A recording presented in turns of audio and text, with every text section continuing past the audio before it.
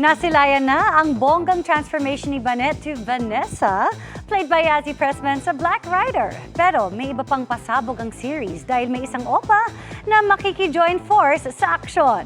Makichika kay Aubrey Carampel. Vanessa 2.0.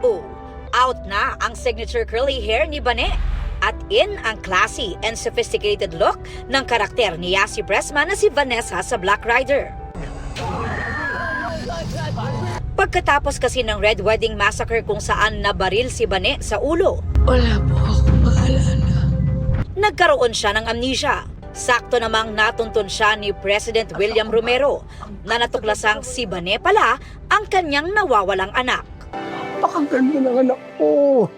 Ibang-iba na po yung damit niya, ibang-iba na po yung ayos niya, at wala po talaga siyang maalala. So, completely brainwashed. Yun po yung isa sa mga pinakaunang sinabi po sa kanya ni President. Ang bumaril sa'yo ay si Elias, si Black Rider.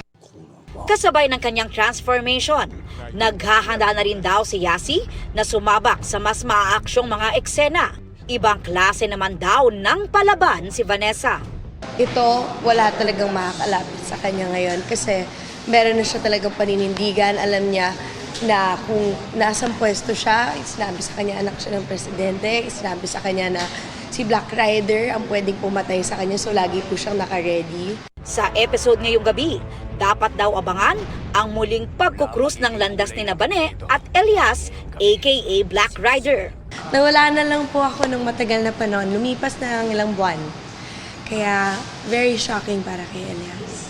At ang pagsugod po nila ay napakalaking maaksyon ng mga eksena, siksik po. Ipapangako po namin na hindi po kayo makakatayo sa inuupuan po ninyo. Dapat din daw abangan ang bagong character na tutulong kay Vanessa para mas maging palaban.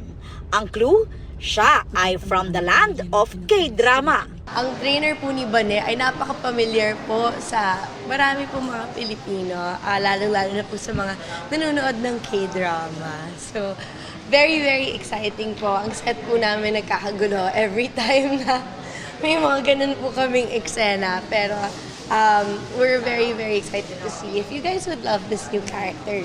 Aubrey Carampel, updated sa showbiz happenings.